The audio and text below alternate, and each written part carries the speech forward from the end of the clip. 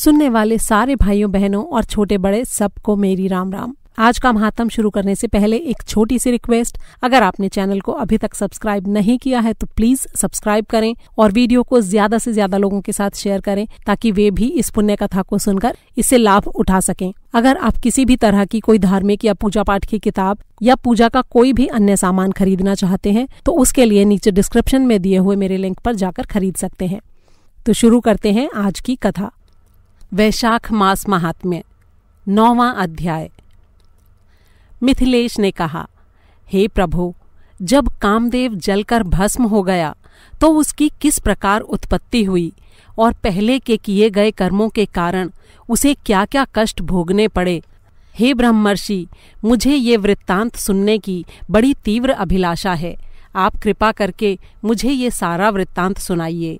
मिथिलेश का ये आग्रह सुनकर श्रुतदेव जी कहने लगे, हे राजन, अब मैं स्वामी कार्तिकेय के जन्म की कथा का वर्णन करता हूँ। ये सारे पापों का नाश करने वाली कथा है। ये पवित्र कथा यश में वृद्धि कराती है, पुत्र प्राप्ति कराती है और धर्म प्राप्त कराती है, रोगों को नष्ट करती है। हे राजन, जब शंकर जी ने कोप करके कामदेव को भस्म कर दिया, तब कामदेव की पत्नी रति अपने पति को भस्म रूप में सामने देखकर शोक से व्याकुल होकर मूर्छित हो गई। होश आने पर वो अनेकों प्रकार से विलाप करने लगी। उसके विलाप को सुनकर सारा तपोवन दुखमय हो गया। तब रति ने विचार किया कि अब मैं अपने पति के साथ अग्नि प्रवेश करूंगी। ऐसा सोचकर वो अपने लिए एक चिता निर्मित करने लगी और उस समय की क्रिया करने के लिए उसने पति के प्रिय सहचर बसंत को बुलाया। जब बसंत वहां पहुंचा तो रति की दुखद दशा देखकर शोक और भय के कारण वो भी मूर्छित हो गया। होश में आने पर वो अनेकों प्रकार के वचन कहकर रति को समझाने लगा। वो बोला, हे शुभे, मैं आपके पुत्र के समान हूँ। मेरे रहते हुए आपको ये कार्य करना शोभा नहीं देता। इस प्रकार बसंत ने रति को अनेकों प्रकार से समझाया, लेकिन रति के ना मानने पर हार मानकर उसने नदी के तट पर एक चिता निर्मित की। तब गंगा स्नान कर और सारी क्रियाओं और कर्मों से निवृत्त होकर सारी इंद्रियों को एकाग्र कर और मन को आत्मा में समाविष्ट कर कामदेव की पत्नी रति जब चिता पर चढ़ने लगी तो उसी समय एक आकाशवाणी हुई, हे पतिपरायण कल्याणी, निश्चय ही तुम अपने पति में पूर्ण प्रेम रखती हो, लेकिन तुम चिता में प्रवेश मत करो। तुम्हारा पति शंकर जी एवं कृष्ण भगवान से फिर से उत्पन्न होगा। उस रूप में तुम्हारे पति का नाम प्रद्युम्न होगा और तुम ब्रह्मा के शाप से शंकर के घर निवास करोगी। वहीं प्रद्युम्न के रूप में तुम्हें तुम्हारा पति फिर से प्राप्त होगा।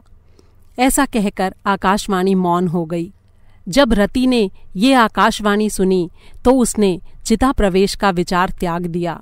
जिनकी स्वार्थ सिद्धि के लिए शंकर जी द्वारा कामदेव भस्म हो गया था, वे सारे देवता, इंद्र, अग्नि और देवताओं के गुरु बृहस्पति को आगे करके अदृश्य रूप में रति को अनेकों प्रकार से सांत्वना प्रदान करने लगे और उसे बहुत बड़ा वरदान देकर उसे आत्म शांति प्रदान की। वे उससे कहने लगे, हे काम प्रिया, अब से सदैव के लिए तुम्हारा पति अनंग कहा जाएगा और समस्त प्राणियों पर उसका पूर्ण प्रभाव होगा। तुम्हारा पति कामदेव पूर्ण कल्प में सुंदर नाम का राजा था। उस जन्म में भी तुम इसकी पत्नी राजसंकरकारिणी हुई थीं। इसी कारणवश तुम्हारी ये दशा हुई है।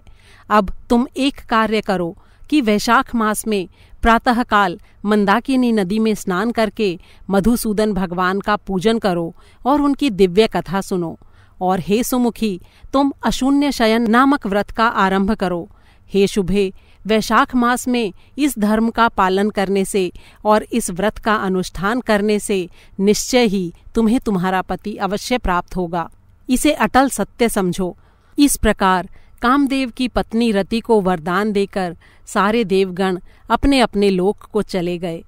रति भी अपने पति की मृत्यु के शोक से मुक्त होकर मेष की संक्रांति पर गंगा स्नान करके पवित्र और एकाग्र मन से अशून्य शयन व्रत का पालन करने लगी।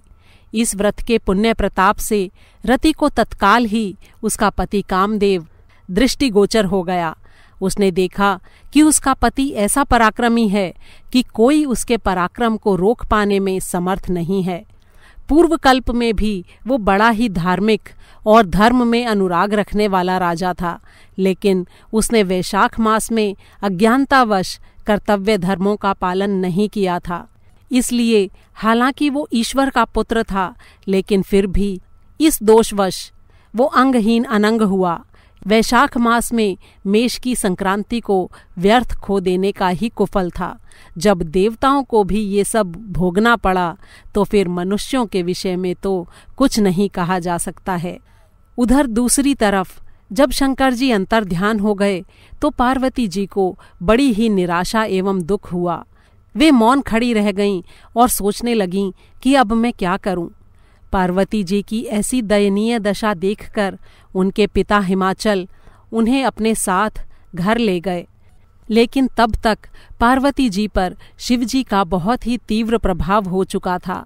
वे उनके रूप, उदारता और दिव्य गुणों पर ऐसी मुग्ध हुई थीं कि उन्होंने मन में ये दृढ़ निश्चय कर लिया कि अब वे शंकर जी को ही पति रूप में वरण करेंगी। मन में ऐसे दृढ़ निश्चय का संकल्प धारण करके और शंकर जी में अपने मन को एकाग्र करके वे गंगा नदी के तट पर जाकर कठोर तप करने लगीं। माता पिता और कुटुंबी जनों ने उन्हें अनेकों प्रकार से समझाया, लेकिन उन्होंने किसी की बात नहीं मानी और कठोर तप में लीन हो गईं। पहले उन्होंने अन्न का त्याग किया, फिर धीरे धीरे सारे जीवन रक्षक पदार्थ त्याग दिए। उनके सिर पर बड़ी बड़ी जटाएं बढ़ गईं और कठोर तप करते हुए उन्हें 1000 वर्ष व्यतीत हो गए। तब शंकर जी प्रसन्न होकर एक दिन सायंकाल के समय तपस्वी का वेश धारण करके उनके समीप गए और अनेकों प्रकार के वाक्य कहकर उनकी परीक्षा लेने लगे और ये जानने का प्रयास करने लगे कि इनकी मुझ में दृढ़ आस्था भक्ति है या नहीं। जब परीक्षा लेकर शंकर जी पूरी तरह संतुष्ट हो गए तो वे पार्वती से बोले, हे शुभे, आपकी जो इच्छा हो वो वर मुझसे मांग लो। तब परम तपस्विनी पार्वती जी ने शंकर जी से कहा, हे प्रभो, मुझे ये वर दीजिए कि आप मेरे पति हों। तब शिवजी ने तथास्तु कहकर उन्हें उनका मनवांछित वर दे दिया। फिर उन्होंने सप्त ऋषियों को बुलाया और उनसे कहा कि वे विवाह का प्रस्ताव लेकर हिमाचल के पास जाएं। सप्त ऋषि आकाश मार्ग से हिमाचल के घर जाने को चल दिए। इन ब्रह्मज्ञानी ऋषियों को आता हुआ देखकर हिमाचल ने आदरपूर्वक उठकर उनका स्वागत किया और उन्हें उत्तम आसन पर विराजमान कराया। फिर उन्होंने हाथ जोड़कर कहा, हे महर्षियों, मैं धन्य हूँ जो आज आप कृपा कर मेरे घर पधारे। आपके दुर्लभ दर्शन से मेरा जीवन कृतार्थ हो गया।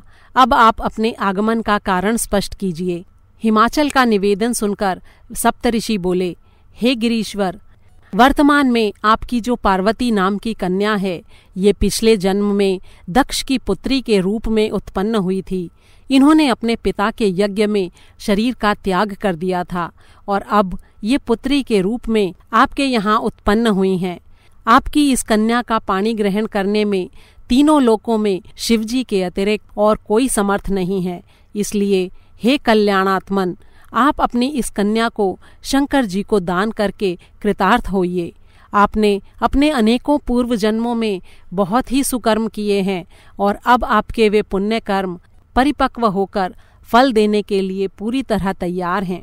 सप्तऋषियों के इन प्रिय वचनों को सुनकर हिमाचल हर्ष विभोर हो गए और कहने लगे कि आपका ये निवेदन मेरी पुत्री की इच्छा के अनुरूप है और यही उसका मनोरथ है। इसलिए हे मुनीश्वरों, अब आप सब कृपा करके वहाँ पधारें जहाँ श्री शंकर जी हैं और उनसे निवेदन करें कि हिमाचल अपनी कन्या को आपके निमित्त अर्पित कर चुका है, कृपया उसे स्वीकार करें और आप सब कृपा पूर्वक कन्या के विवाह का विधिवत आयोजन करने की कृपा करें। तब सप्तर्षि शंकर जी के पास गए और उन्हें सारे वृत्तांत से अवगत कराया। इस शुभ प्रसंग से चारों ओर हर्ष छा गया। लक्ष्मी जी, देवगण, किन्नर, गंधर्व आदि और सारे वर्गों की नृत्यांगनाएं श्री विष्णु भगवान सहित सारे देवगण, षोडश मातृकाएं और सारे ऋषिगण इस विवाह महोत्सव में बाराती बनकर चले। शंकर जी अपने बैल पर सवार होकर चले। उनके चारों ओर उनके भूत प्रेत आदि गण भी चल पड़े। तब सब ओर भेरी, मृदंग, पखावज, शंख आदि वाद्य बजने लगे। बंदीजनों ने अनेकों प्रकार से स्तुति गान किया। इस प्रकार की शोभा के साथ श्री शिवजी की बारात ने हिमाचलपुरी में प्रवेश किया। शुभ मुहूर्त में, शुभ लग्न में और शुभ ग्रहों की दृष्टि में शिव पार्वती का विवाह संपन्न हुआ। हे राजन, तीनों लोकों के सारे प्राणीजन विवाह के इस आनंद में निमग्न हो रहे थे। विवाह महोत्सव के पूर्ण हो जाने के बाद सारे लोकों का कल्याण करने वाले शंकर जी लौकिक धर्मों का पालन करते हुए श्री पार्वती जी के साथ स्वच्छंदतापूर्वक रमण एवं विहार करने लगे। नंदिनी नदी के तट पर वन के मध्य भाग में, जहाँ मदमत्त भौरे गुंजार करते हैं, पक्षी नाना प्रकार से कलरव करते हैं, ऐसे प्रिय मनोहारी स्थान में शंकर जी पार्वती जी के साथ सहस्त्र वर्षों तक विहार करते रहे। देवराज इंद्र ने स्त्रियों को वर दिया था कि इस काल में पुरुष समागम करने से स्त्रियों का गर्भपात हो जाएगा। जब श्री शिवजी नित्य रमण करने लगे लेकिन गर्भ की स्थिति नहीं हुई तो देवगण चिंता में पड़ गए। उन्होंने सोचा कि नित्य ही गर्भस्खलन हो जाने के कारण हमारे मनोरथ की पूर्ति होना बहुत कठिन है, इसलिए अब ऐसी युक्ति प्रयोग करनी चाहिए जिससे कि शंकर जी फिर से रति कर्म में प्रवृत्त न हों। उन सब ने मिलकर ये निर्णय लिया कि ये कार्य सिर्फ अग्निदेव ही कर सकते हैं। इसलिए वे सब सम्मानपूर्वक अग्निदेव से कहने लगे, हे अग्निदेव, आप ही सबके कल्याण करता हैं। अब ये सारी स्थिति आपके अधीन है। आप तत्काल वहाँ के लिए प्रस्थान कीजिए जहाँ श्री शंकर जी रमण कर रहे हैं। जब शंकर जी रमण से निवृत्त हो जाएं, तो आप उनके सम्मुख चले जाएं और प्रश्न शंका समाधान के बहाने से उनका बहुत सा समय व्यतीत करा दें। इस प्रकार दीर्घकाल व्यतीत हो जाने पर पार्वती जी की कोख से स्वामी कार्तिकेय का जन्म होगा। जब देवताओं ने अग्निदेव से ऐसी प्रार्थना की तो वे एवमस्तु कहकर शिवजी के पास चले गए।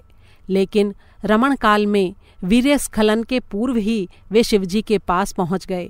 इससे शंकर जी को बड़ा ही क्रोध आया। वे अग्नि से बोले, हे दुर्मति मंद, अब मेरे इस स्खलित वीर्य को तू ही धारण कर। तूने मेरे रति कर्म में बाधा उत्पन्न की है, इसलिए मैं इस वीर्य को तेरे मुख में ही त्याग करूंगा। इतना कहकर उन्होंने अपने वीर्य को अग्नि के मुख में त्याग दिया। उस तेजोमय वीर्य के उदर में प्रवेश करते ही उसकी तीव्र दाहकता से अग्निदेव जलने लगे और चिंता और पश्चाताप करते हुए वापस स्वर्गलोक चले आए। बड़ी ही कठिनाई से उनकी प्राण रक्षा हुई। अग्निदेव से सारा वृत्तांत सुनकर देवताओं को हर्ष भी हुआ और दुख भी हुआ। उन्हें इस बात की प्रसन्नता थी कि अंततः शिव का वीर्य स्थित हो गया, लेकिन इस बात की चिंता थी कि अब प्रसव कैसे होगा। किसी को इस बात का कोई हल नहीं सूझा।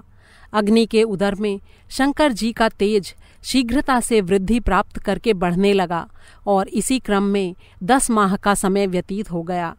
जब प्रसव का कोई साधन नहीं हो पाया तो अत्यंत दुख से दुखी होकर अग्निदेव देवताओं की शरण में गए और देवगण उन्हें साथ लेकर परम यशस्विनी गंगा माँ के पास गए और उनकी स्तुति करने लगे। हे मातेश्वरी, आप सारे देवगणों की माता हो। अब देवताओं के कल्याण के लिए आप ही शंकर जी के इस तेज को धारण करो। स्त्रीत्व के अभाव में अग्निदेव प्रसव की सुविधा से वंचित हैं, इसलिए आप अग्नि और हम सबकी रक्षा करो। देवताओं द्वारा ऐसी प्रार्थना करने पर गंगा जी ने तथास्तु कहा और सारे देवताओं को गर्भमोचन मंत्र का उपदेश दिया। उस मंत्र से गर्भ का आकर्षण कर अग्निदेव ने शंकर जी के उस तेज स्वरूप को गंगा जी को त्याग दिया। गंगा जी ने कुछ माह तक उसे सहन किया, लेकिन फिर वे उसके तेज को सहन करने में असमर्थ हो गईं और उनका सारा जल सूख गया। तब पतित पावनी माता जाह्नवी ने अपने पतिव्रत धर्म के प्रभाव से अपने उदर में स्थित उस गर्भ का त्याग कर दिया और उसे सरकंडों में गिरा दिया। उन सरकंडों से विदीर्ण होकर उस गर्भ के 6 हिस्से हो गए।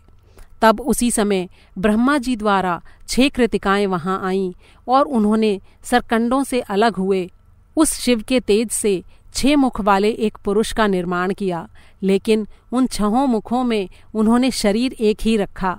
ऐसा उन्होंने ब्रह्मा जी की इच्छा से ही किया था। ब्रह्मा जी के ही कहे अनुसार वो 6 मुखों वाला शरीर दीर्घ काल तक सरकंडों के बीच में उसी तरह ऐसे पड़ा रहा जैसे उसका कोई रक्षक या संरक्षक नहीं है। एक दिन नंदी पर आरूढ़ होकर शंकर जी तथा पार्वती जी उस मार्ग से गुजरे। दैव इच्छा से उसी समय अचानक पार्वती जी के मन में ममता की भावना उमड़ने लगी और उनकी छाती से दूध की धारा बह निकली। ये देखकर वो चकित होकर शंकर जी से बोलीं, हे सर्वेश्वर, अकस्मात मेरे मन में ममता की भावना क्यों हिलोरे ले रही है? तब शंकर जी बोले, हे देवी, यहाँ जो नीचे ये बालक पड़ा है ये आपका ही पुत्र है। और तब उन्होंने पूर्व का वो सारा वृत्तांत पार्वती जी को कह सुनाया और उन्हें कहा कि अब आप इस बालक का अपने पुत्र के समान पालन पोषण कीजिए। बल, पौरुष और पराक्रम में ये श्री विष्णु के समान होगा। शंकर जी के कथन को सुनकर पार्वती जी ने तत्काल उस बालक को उठाकर गोद में ले लिया। पुत्र के स्नेह के वशीभूत होकर वे शंकर जी के साथ उसे लेकर कैलाश पर्वत पर चली गईं और पुत्रवत उसका लालन पालन करने लगीं। हे राजन, ये स्वामी कार्तिकेय के जन्म की कथा मैंने आपको सुनाई है। जो श्रद्धालु जन इस कथा को श्रद्धा और प्रेम से सुनते हैं उन्हें पुत्र पौत्र आदि की प्राप्ति होती है और उनके वंश की वृद्धि होती है। ये अटल सत्य है। जो श्रद्धालु भक्तजन वैशाख मास के धर्म का पालन करते हैं उनके समान धर्मात्मा कोई अन्य नहीं है। वैशाख मास के धर्म सारे पाप समूहों को नष्ट कर देते हैं। इनका विधिवत और भक्तिपूर्वक पालन करने से स्त्रियों का वैधव्य योग नष्ट हो जाता है। जो इस मास को बिना स्नान और दान किए व्यतीत कर देता है, अनेकों धर्मों का पालन करने पर भी उसके जीवन में दुखों और कष्टों की अधिकता बनी ही रहती है। जो केवल इस वैशाख मास के धर्म का पालन कर ले तो उसे सारे धर्मों के पालन करने से भी अधिक पुण्य फल की प्राप्ति होती है। बोल श्री शंकर भगवान की जय। 9वां अध्याय समाप्त हुआ।